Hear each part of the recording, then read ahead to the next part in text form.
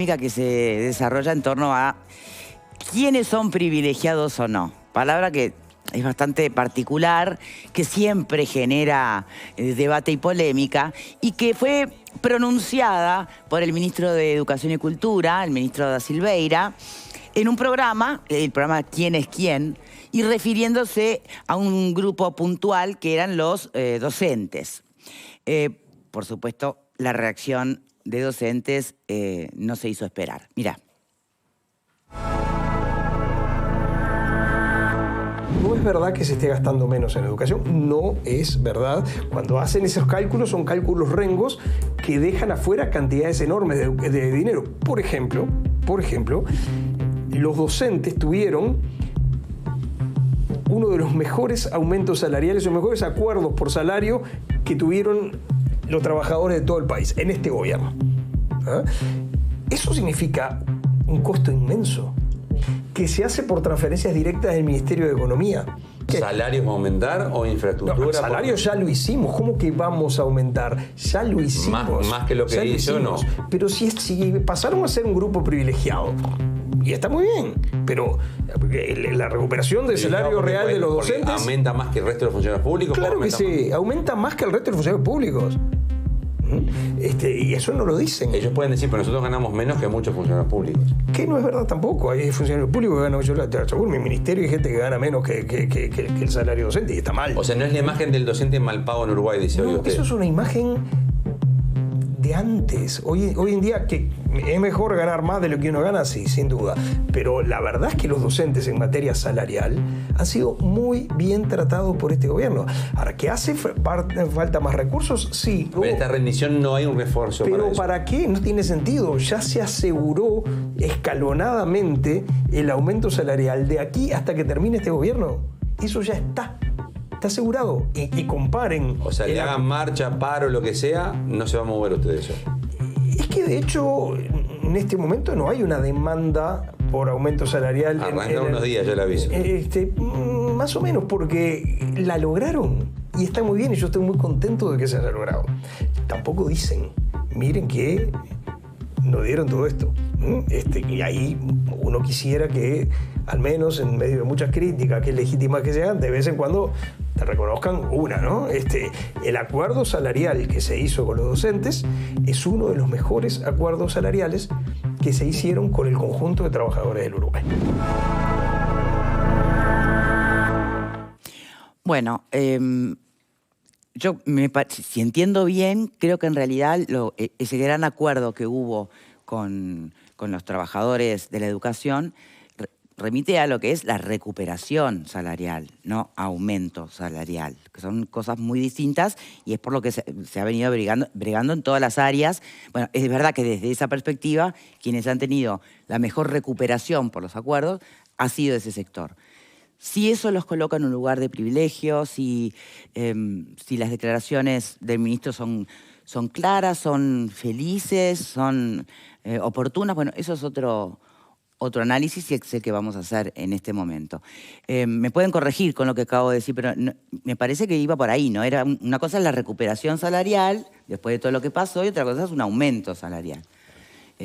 También es verdad que desde FUNTEP siguen insistiendo que no se llega a recuperar lo mismo de antes, sino que se quedan un poco por detrás. Bueno, ahí tal vez los cálculos sean rengos, como dice el ministro, no lo sé.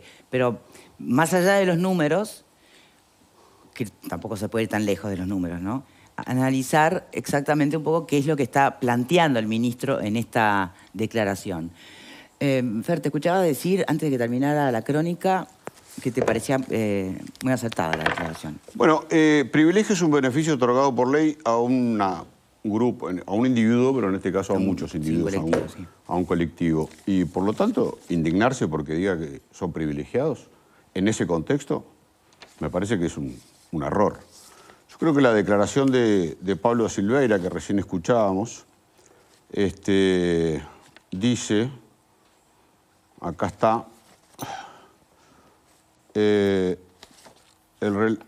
relato que se arma no es verdad, pasaron a ser el grupo privilegiado y está muy bien, pero la recuperación del salario real de los docentes aumenta más que el resto de los funcionarios públicos. Eso es un dato de la realidad. No, eso es lo que dijo Pablo da Silveira. Sí, o sea que son unos privilegiados frente, y está en el marco de lo que él dice. Ahora, si tomás la palabra son unos privilegiados, como si los docentes cobraran muchísimo, ganaran bárbaro, no. Ahí es la cuestión. Bueno, pero está obviamente. la frase, la frase es correctísima. La frase es correctísima, aumenta más que el resto de los públicos. Comparado con los públicos, con el conjunto, son privilegiados. Bien. De acuerdo a la definición. El tema es que es una palabra que fuera del contexto choca para referirnos a los maestros. Pero mira, déjame decirte esto. En realidad no se quiere ver el contexto y se usa para polemizar. Déjame decirte esto porque es el dato relevante de todo esto. Hace un año firmaron este convenio, ¿no? Sí, sí. Y los docentes firmaron, contentos, el convenio que incluye una cláusula de paz por la cual se inhiben de tomar medidas sindicales por cuestiones salariales hasta que termine el periodo. Si se sentirían privilegiados que resolvieron no tomar medidas sindicales hasta que termine el periodo. O sea, se sienten privilegiados, son privilegiados frente al contexto de los funcionarios públicos, sin lugar a dudas. Y frente al contexto de los funcionarios privados también, de los trabajadores privados también. Pues la recuperación que tienen ellos es del entorno del 6%, 6, y la pérdida de los docentes es del 7%. O sea, van a quedar un 1% abajo. El resto de los funcionarios públicos no sé exactamente, pero van a quedar 2 puntos, 3 puntos abajo. Por lo tanto, si les molesta el término, si desde el punto de vista de la lucha sindical y las reivindicaciones salariales, instalar en la opinión pública que los docentes son privilegiados, allá hechos. Pero literalmente, lo dicho por Pablo da Silveira, es correctísimo. Son privilegiados respecto al contexto de los funcionarios públicos, sin ninguna duda. Bien.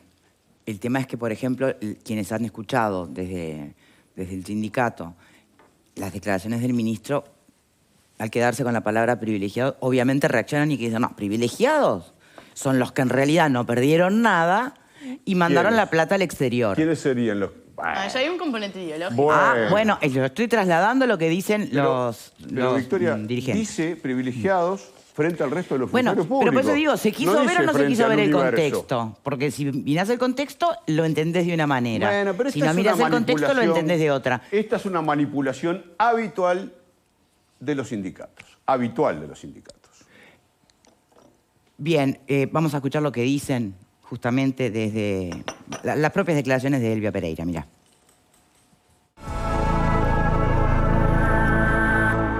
En el entendido que la enseñanza pierde poder de compra de su salario a partir del año 2020, por hechos y por situaciones que todos conocemos. Lo perdió, no se recuperó lo perdido. Lo que a lo sumo se logró fue mejorar los niveles perdidos en forma progresiva. Pero aún así, dado el criterio impuesto por el gobierno, la recuperación que vayamos a tener los docentes, los funcionarios, será menor a la pérdida medida por IPC. Nos sentimos muy lejos de ser unos privilegiados, ya que los privilegiados fueron los que no perdieron nada y mandaron sus ganancias al exterior.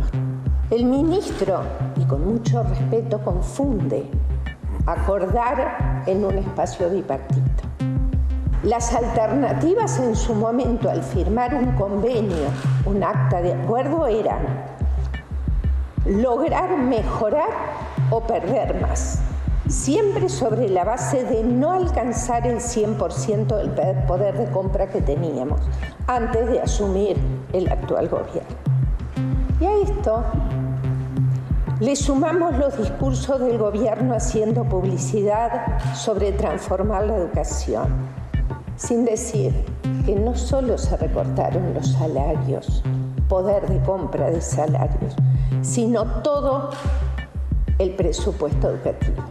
Por lo cual, frente a esta discusión de la última rendición de cuentas, entendemos legítimo que las docentes y los docentes, funcionarios y funcionarias de 60.000 familias que integramos la ANEP y que hemos perdido el poder de compra de nuestros salarios, estamos en legitimidad de condiciones, sin ningún tipo de privilegio, de ir a dar una batalla y una lucha por aumento salarial. Bueno, a ver, ¿quién confunde cosas? Fernanda. Yo creo que cuando escuchamos las declaraciones de Pereira, utiliza el término de una manera que no se utilizó, como bien lo mencionaba Fernando. Yo entiendo que en un principio, si uno escucha aisladamente que alguien dice los docentes de este país son privilegiados, creo que todos generaremos un gran consenso de que naturalmente no son privilegiados. Ahora, siempre es el privilegio en base comparación a qué. ¿En comparación con quién? ¿Con los que perdieron su trabajo? ¿Con quienes perdieron o disminuyeron sus ingresos? En realidad el ministro lo contextualiza en otra cosa y habla de el privilegio frente al acuerdo de recuperación salarial para funcionarios públicos en general. Con funcionarios públicos en general. No tengo elementos para poder decir cuál es si existe intencionalidad o no a la hora de interpretar la frase de los privilegios. Naturalmente entiendo que si se escucha al azar puede llegar a entenderse que no es oportuno y que no es así. Ahora, en ningún momento en las declaraciones de Pereira se toma en cuenta este contexto que menciona Fernando. Y además hay un elemento más, ¿no? Se termina anunciando la posibilidad de enfrentamiento por una cuestión salarial nuevamente, que creo que va atado a lo que... ¿Pero esto fue una cuestión salarial o una cuestión semántica? Y me genera mis dudas, si no es como... En los hechos acá, dirigentes de distintos sindicatos de la educación han aceptado, y no digo que celebrado con bombos y platillos, pero estaban totalmente conscientes de que habían sido el grupo que más recuperación salarial había conseguido en las negociaciones.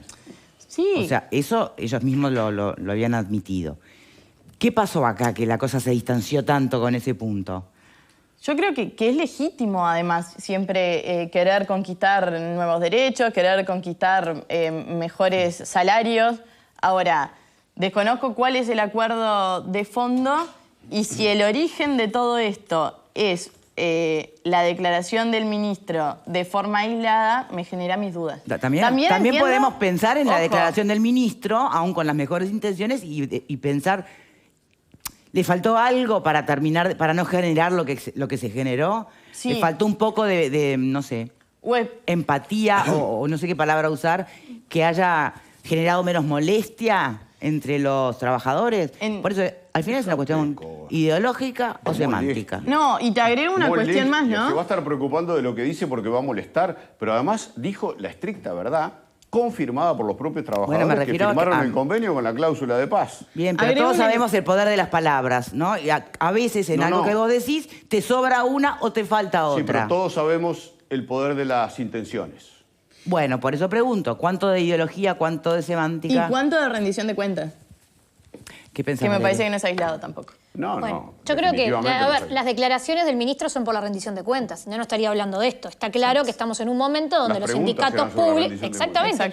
Los sindicatos públicos están en el momento de plantear este tipo de reclamos.